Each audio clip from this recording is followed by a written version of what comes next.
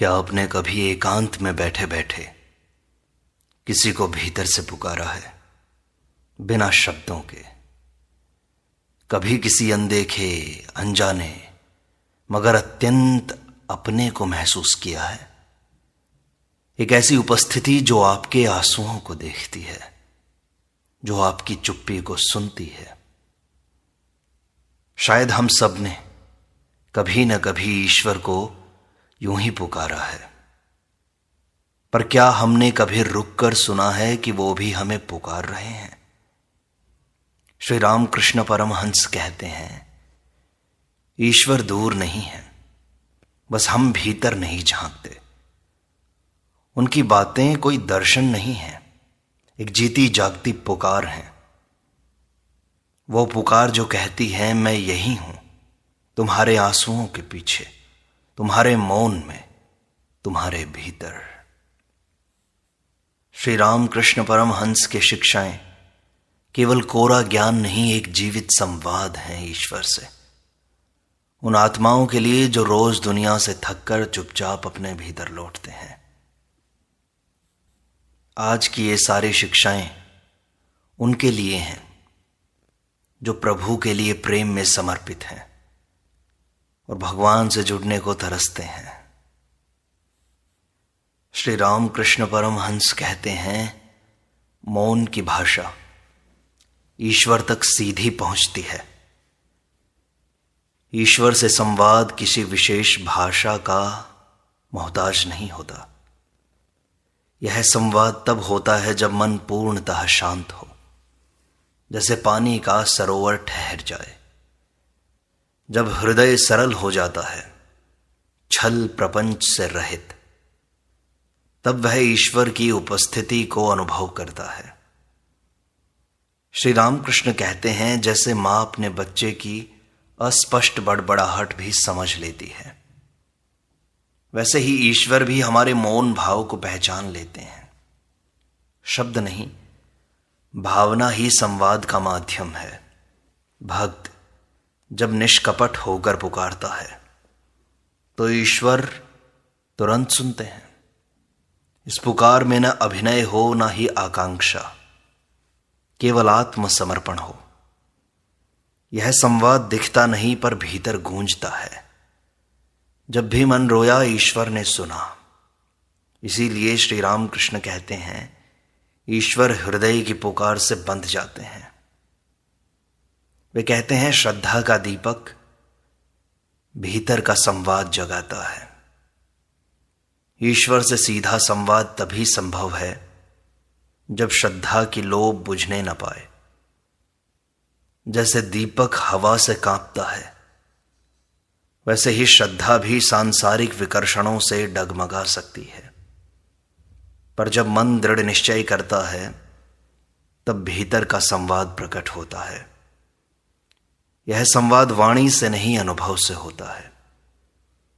जब भक्त कहता है, हे प्रभु, मैं आपसे बात करना चाहता हूं, और उसी क्षण भीतर से शांति उतरती है, वही तो संवाद है, मौन संवाद। यही ईश्वर का उत्तर है। श्री रामकृष्ण कहते हैं कि ईश्वर को पुकारो जैसे बच्चा मां को पुकारता है। वे आए बिना रह नहीं सकते। श्रद्धा से ही संवाद का पुल बनता है। श्री रामकृष्ण कहते हैं, सच्चे प्रेम में भाषा की आवश्यकता नहीं होती। जहां प्रेम है, वहां संवाद स्वतः होता है। एक मां अपने बच्चे की आंखों से जान लेती है कि वह भूखा है। वैसे ही सच्चा प्रेमी ईश्वर के बिना शब्दों के बात करता है। यह संवाद हृदय की भाषा में होता है, जो केवल प्रेम से समझी जाती है।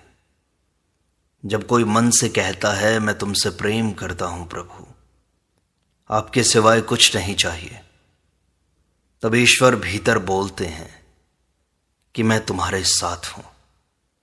यह भाव संवाद किसी तर्क की परिधि में नहीं आता। प्रेम जितना निष्कलुष होता है, संवाद उतना ही स्पष्ट होता है।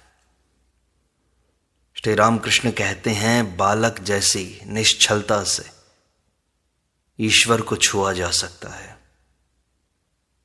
ईश्वर से संवाद बालक जैसी सरलता से ही संभव है। श्री रामकृष्ण कहते हैं, जब मन एक बालक की तरह हो जाता है तब वह ईश्वर से सीधे बात कर सकता है। बालक न तो चालाक होता है न ही स्वार्थी, वो केवल समर्पित होता है। वही भाव जब साधक में आता है तब संवाद अपने आप होता है। यह संवाद कभी आंसू बनकर निकलता है, कभी मौन रहकर। एक बालक मां से बार बार प्रश्न करता है और मां कभी ऊबती नहीं। वैसे ही ईश्वर से संबंध बन जाए तो संवाद सहज हो जाता है।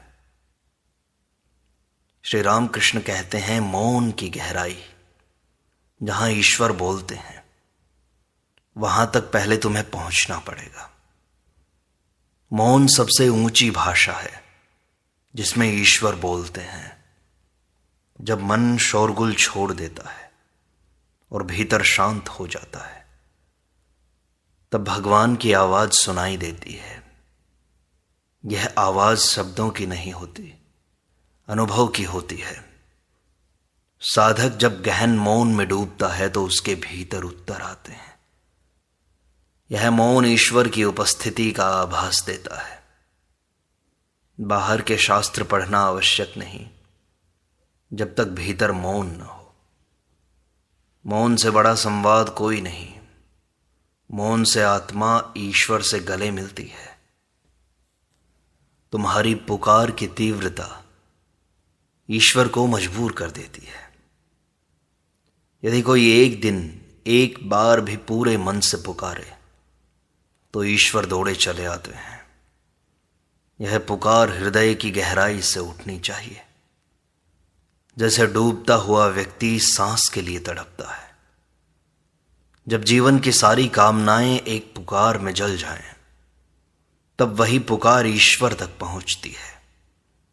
यह शब्दों से नहीं, आत्मा की चीत्कार से होती है। उस क्षण साधक ईश्वर से संवाद नहीं करता, वह स्वयं संवाद बन जाता है। ईश्वर भी उस पुकार के आगे झुक जाते हैं। श्री रामकृष्ण कहते हैं, सच्चे आर्तनाद के आगे ईश्वर बोलने लगते हैं। विलाप में संवाद छिपा है।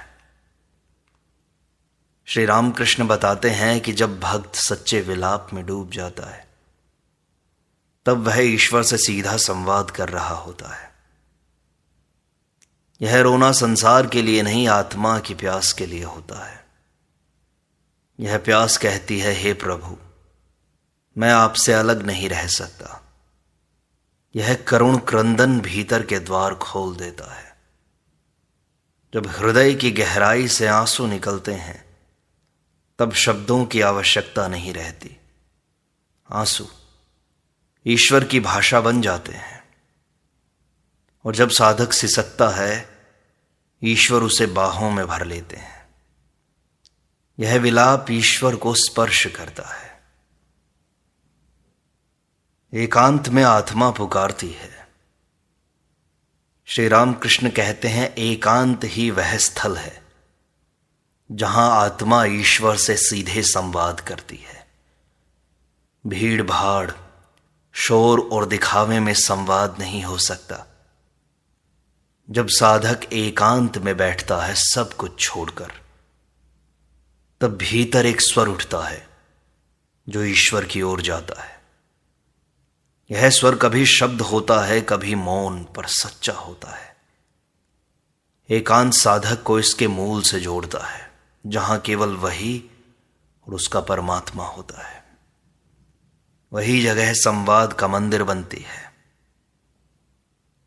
श्री रामकृष्ण कहते हैं, जब तू अकेला होता है तभी तू वास्तव में ईश्वर के साथ होता है। जैसे नदी समुद्र में स्वयं मिलती है, वैसे ही आत्म समर्पण से मन ईश्वर से स्वयं जुड़ जाता है। श्री रामकृष्ण का यह वाक्य संवाद का रहस्य खोलता है। जब साधक कहता है कि प्रभु, मैं तेरा हूं, मेरी मर्जी नहीं है, तेरी ही इच्छा है, तब संवाद प्रारंभ होता है। उस क्षण मन शांत हो जाता है और एक अदृश्य बंधन जुड़ता है। वहां से उत्तर आना प्रारंभ होते हैं, कभी सहज प्रेरणा के रूप में, कभी आनंद के रूप में। आत्मसमर्पण संवाद की सीढ़ी है जहां शब्दों की आवश्यकता नहीं रहती। श्री रामकृष्ण कहते हैं, प्रेम की सरल भाषा ईश्वर को समझ में आती है। भक्त जब प्रेम से कहता है, प्रभु मैं आपसे प्रेम करता हूं, तब वह कुछ कहने की आवश्यकता नहीं समझता। यह प्रेम शर्तों से मुक्त होता है। जैसे एक पक्षी नाचते हुए गाता है, वैसे ही प्रेमी हृदय नाचते हुए प्रभु से संवाद करता है। ईश्वर उस भाव को आत्मसात करते हैं। प्रेम की भाषा में न तर्क होता है, न ही नियम, केवल समर्पण होता है। यह भाषा ब्रह्मांड की सबसे पुरानी और सच्ची भाषा है। उसमें संवाद नहीं, मिलन होता है। प्रेम स्वयं संवाद बन जाता है और तुम्हारी शंकाओं से संवाद बाधित होता है। श्री रामकृष्ण कहते हैं, जिस मन में शंका है वह ईश्वर से संवाद नहीं कर सकता। जब मन कहता है क्या ईश्वर सुनेंगे, तब वह द्वार बंद कर देते हैं। ईश्वर विश्वास से प्रकट होते हैं, संशय से नहीं। जब साधक संदेह छोड़कर कहता है, हे प्रभु मैं जानता हूं कि आप सुन रहे हैं, तब संवाद आरंभ होता है। यह विश्वास ईश्वर को आमंत्रण देता है। श्री रामकृष्ण समझाते हैं, जहां विश्वास है वहां ईश्वर है, जहां शंका है वहां द्वार बंद हो जाता है। अतः संवाद का पहला पात्र है पूर्ण विश्वास। जब भी तुमने ईश्वर से कुछ कहा है, कुछ पूछा है, ध्यान से देखो, उत्तर भीतर ही आया है। श्री रामकृष्ण का यह वचन संवाद की दिशा बदल देता है। लोग बाहर संकेत खोजते रहते हैं, जबकि ईश्वर भीतर से बोलते हैं। साधक जब शांत मन से प्रश्न करता है और फिर कुछ देर मौन रहता है, तो भीतर से उत्तर मिलता है। यह उत्तर कभी विचार के रूप में, कभी भावना के रूप में, कभी स्पष्ट प्रेरणा के रूप में आता है। यह ईश्वर का संवाद है जब तुम भीतर की सुनना सीख जाते हो। ईश्वर बोलना प्रारंभ करते हैं। ईश्वर सदा उत्तर देते हैं, पर हम सुन नहीं पाते अपने मन के कोलाहल के कारण। ईश्वर तो हर पल बोल रहे हैं, पर हमारा मन ही सुनने को तैयार नहीं होता। जैसे रेडियो की तरंगें चारों ओर होती हैं, वैसे ही ईश्वर का संदेश भी हमेशा होता है, पर हमारा मन संसार के शोर से इतना भरा होता है कि वह स्वर दब जाता है। साधना का अर्थ है मन को शांत करना, ताकि वह दिव्य ध्वनि सुन सके। जब ध्यान में मन स्थिर होता है, तब अचानक ईश्वर के उत्तर प्रकट होते हैं। श्री रामकृष्ण कहते हैं, ईश्वर चुप नहीं है, हम ही बहरे हो जाते हैं। वे आगे समझाते हैं कि अहंकार संवाद में बाधा है, विनय से संवाद खुलता है। जब तक मैं खड़ा है वह नहीं आता। अहंकार ईश्वर से सीधा संवाद नहीं होने देता। जैसे कोई ऊंची दीवार हो, वैसे ही मैं की दीवार ईश्वर की आवाज को रोक देती है। पर जब मन विनम्र हो जाता है, तब भक्त कहता है, मैं कुछ नहीं हूं प्रभु, केवल तू ही है। तब संवाद की राह खुलती है। विनम्रता ईश्वर को खींच लाती है। जैसे पानी नीचे की ओर बहता है, वैसे ही ईश्वर की कृपा विनम्र हृदय में उतरती है। ध्यान संवाद का सच्चा मंच बन जाता है। वे कहते हैं, ध्यान ही वह स्थान है जहां आत्मा और परमात्मा आमने सामने बैठते हैं। ध्यान कोई कठिन क्रिया नहीं, बल्कि प्रेम से बैठना है ईश्वर के साथ। जब साधक शांत होकर कहता है, हे प्रभु, मैं सुनने आया हूं, और फिर वह मौन हो जाता है, तब संवाद होता है, विचार थमते हैं और अनुभव चलने लगता है। ईश्वर कोई दिखने वाली मूर्ति नहीं है, पर ध्यान में वह अनुभूति बनकर आते हैं। यही अनुभव ईश्वर की ओर से उत्तर होते हैं। श्री रामकृष्ण कहते हैं, तुम्हारे प्रश्न पूछने का ढंग संवाद आगे बढ़ेगा या नहीं ये तय करता है। यदि तुम सांसारिक लाभ के लिए प्रश्न करोगे तो ईश्वर मौन रहेंगे, पर जब प्रश्न आत्मा की खोज से उठते हैं तब वे तुरंत उत्तर देते हैं। यह अंतर समझना संवाद के लिए आवश्यक है। भक्त जब कहता है, हे प्रभु तू कौन है, मैं कौन हूं, तब यह संवाद ईश्वर को खींचता है। यह प्रश्न वास्तविक जिज्ञासा है, और ईश्वर ऐसे प्रश्न को अनसुना नहीं कर सकते। श्री रामकृष्ण कहते हैं, मैं जब कौन हूं मैं पूछता हूं, तब मां काली भीतर से उत्तर देती हैं। मौन, जहां ईश्वर तुमसे बात करते हैं, जब तुम मौन होते हो तब ईश्वर बोलते हैं। मन की चंचलता ठहर जाती है, विचारों का कोलाहल शांत हो जाता है, तब भीतर एक दिव्य ध्वनि उठती है। वह ध्वनि ईश्वर की उपस्थिति है। साधक जितना गहराई से मौन में उतरता है, उतना ही संवाद तीव्र होता है।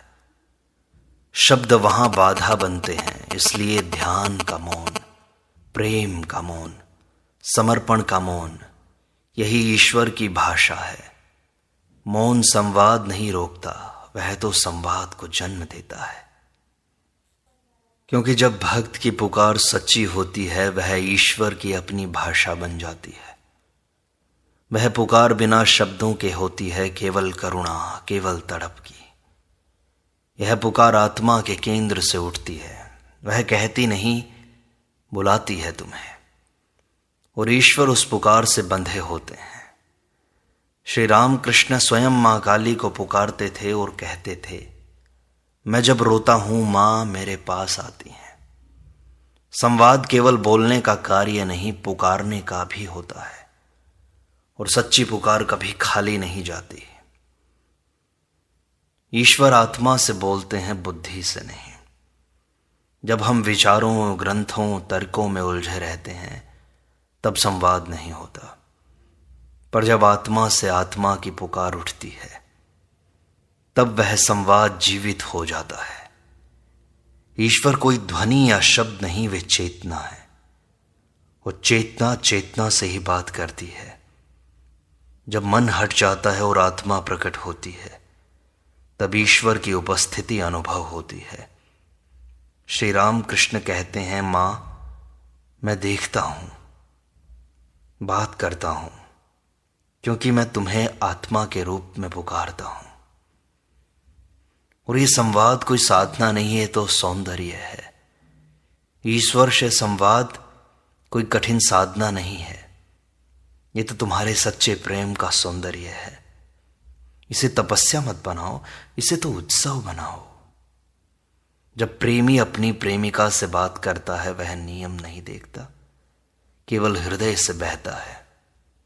वैसे ही ईश्वर को भी हृदय चाहिए। संवाद तभी संभव है जब प्रेम सहज, निश्चल और आनंदमय हो।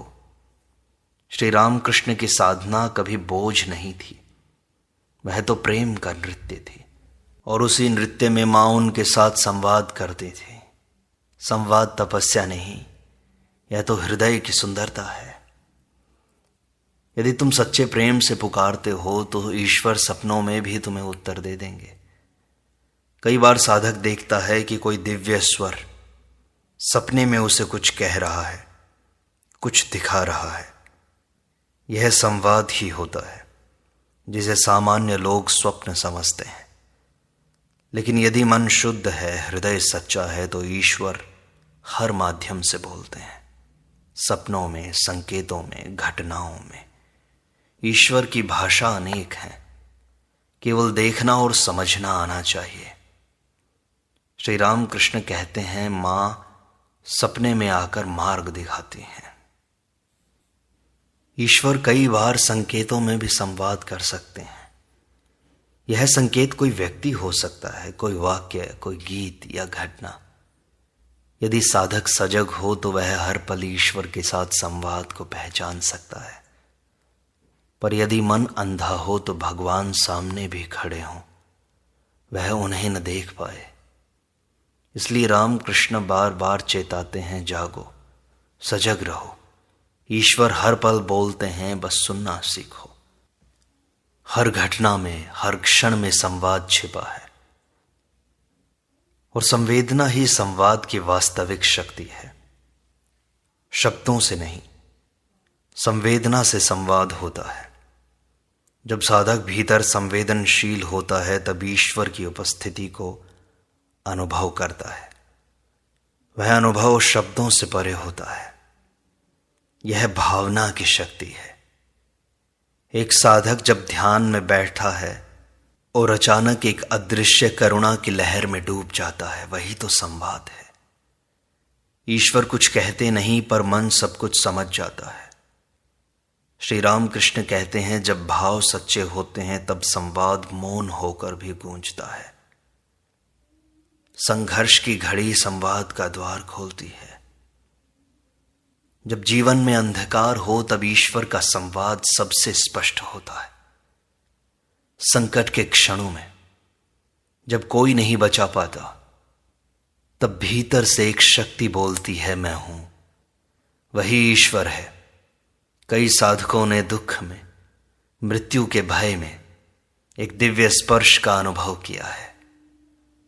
वह संवाद ही था। इसलिए श्री राम कृष्ण कहते हैं, संकट का समय वरदान है, यदि तुम जागे रहो तो। संवाद तभी गूंजता है जब हम संसार से टूटते हैं और ईश्वर की ओर झुकते हैं। भक्ति संवाद को सहज बनाती है। जहां भक्ति है वहां संवाद स्वतः होता है। भक्ति वह दीपक है जो ईश्वर की उपस्थिति को प्रकट करता है।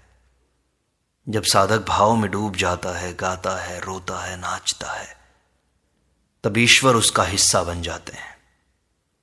संवाद वहां प्रयास नहीं, प्रवाह होता है। जैसे मां बच्चे की चुप भाषा भी समझती है, वैसे ही ईश्वर भक्ति की भाषा को बिना शब्दों के सुनते हैं।